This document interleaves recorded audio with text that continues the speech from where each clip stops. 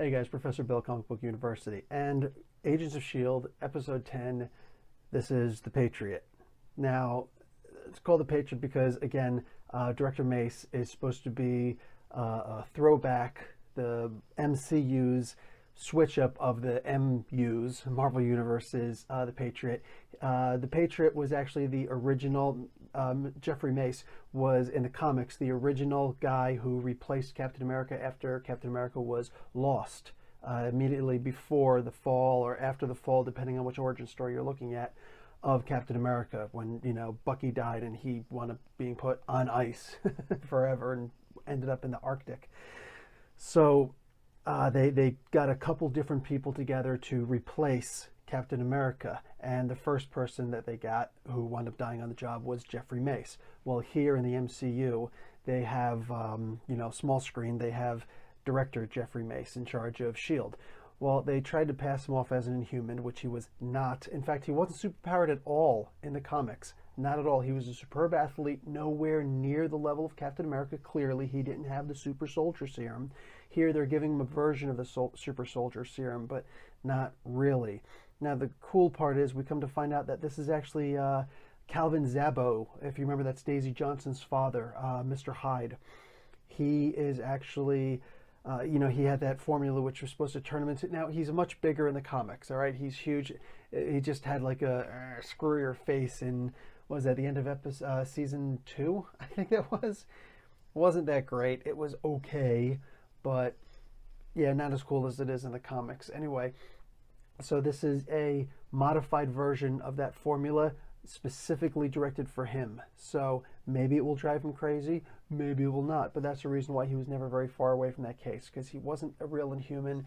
The qualifications for the director of S.H.I.E.L.D. position, according to Major General Talbot, which is a huge, Incredible Hulk villain in the comics, directly under General Ross. Talbot actually was the flunky that worked for the Yes Man, really, who worked for Ross. Anyway, so he decided, let's make a fake program, let's make a fake Inhuman, and Mace was the perfect Patriot. He really genuinely did only want to do right by everybody. He felt that Inhumans deserve the same rights as everybody else. Excellent job here in the MCU portraying Inhumans the way that mutants were always portrayed in the comics. Obviously, they can't do that now because Fox won't play ball.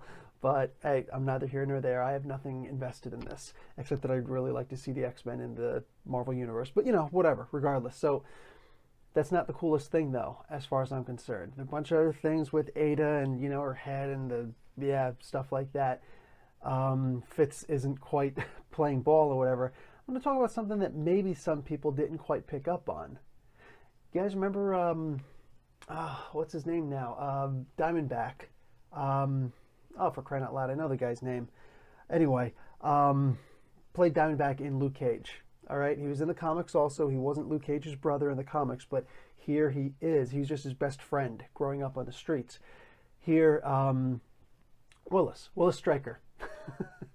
Here, Willis Stryker in the Netflix Luke Cage series is this guy who's just, he turns out to be his brother, and he's got this this bullet that he develops from the Chitauri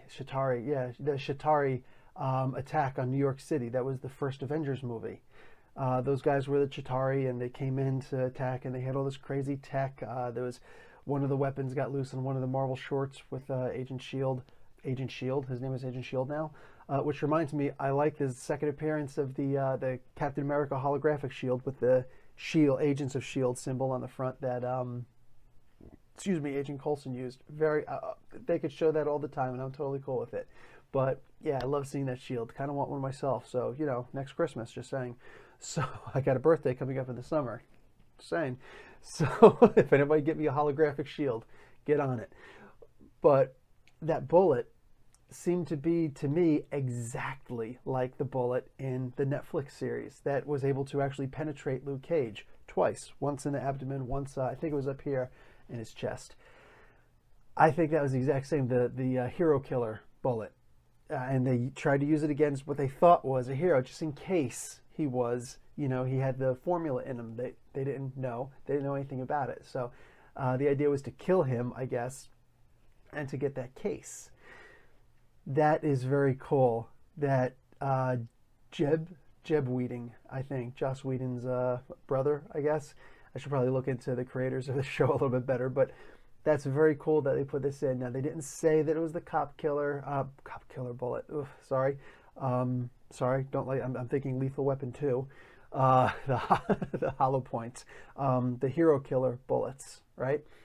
As far as the hero killer bullets are concerned, that came from there, and this you shoot, it drills, goes in a little bit further, and then boom, explodes. And that's exactly what happened with Luke Cage. Exactly what happened afterwards. All those cops were armed afterwards with the hero killer bullets, right? In the Netflix series with Luke Cage. And then by the end, they explained how they were going to wind up, of course, getting out on the streets. And look what happened. They managed to get out on the streets. The Russians had them, more specifically Hydra. But, which, mind you, that girl that Daisy hugged at the beginning, I don't believe that she was anybody special. Just a random person. If it was some cool name drop thing, I don't remember her from the comics. I did look her up really quick. I didn't see anything personally. And same thing with Yuri. I thought that that guy Yuri, but he had a different last name. But Yuri Topolov, I can't remember, the Gremlin. He was a huge Hulk villain at one point. He actually took over the Titanium Man armor. But anyway, yeah, he was apparently nobody either. Got scared of a android head on ice, which was not a bad plan, I guess. A lot of this stuff was in this episode really was bubblegum. You know, it's very like, you know, okay, that's cute. Oh, nice, you know, a little flavor here. You know, pop something there, nice. Anyway, the two parts that I really liked the most in this were the hero killer bullets, which is a great send off. They didn't actually say the name. They didn't actually make the direct link, but we saw it, so we can assume, you know, tentatively that they're making that connection there. It's a little nod to the Netflix series, right? And I love that they did that. Absolutely love they did that. But the very cool part that just can't be argued here is that we've got this the Calvin Zabo, Daisy's father, the Mr. Hyde formula out there. Means that it could be genetically or you know, just go back to the way it normally was. It has gotten out before. In fact, in the not the current Ghost Rider run, but two Ghost Rider runs before that. The first run with All New, All Different Ghost Rider, the original one with the first one with Robbie Reyes, the Ghost Rider from the Netflix series. But what do you call it? The thing that I find cool about this is that this is kind of like the MGH, mutant growth hormone. Obviously, they won't say mutant growth hormone, but this could be, if this winds up getting out, this could be a very similar, the very same thing as mutant growth hormone for all intents and purposes. That could be a cool bunch of episodes, a cool series run for Agents of S.H.I.E.L.D. Either way, really enjoying where they're going with this. You know, it's hard to think that they were going to be able to. It is kind of weird without Ghost Rider in it, because I think that the majority of us just loved seeing Ghost Rider so much. I'm hoping that people don't, you know, start dropping off from watching this show again.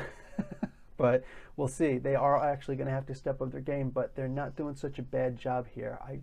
If they could, you know, they pulled off this hero killer bullet. If only they could just get somebody else on there. You know, like maybe get a quick, not a Luke Cage appearance. He's in prison right now. He won't be out until the Defenders, apparently.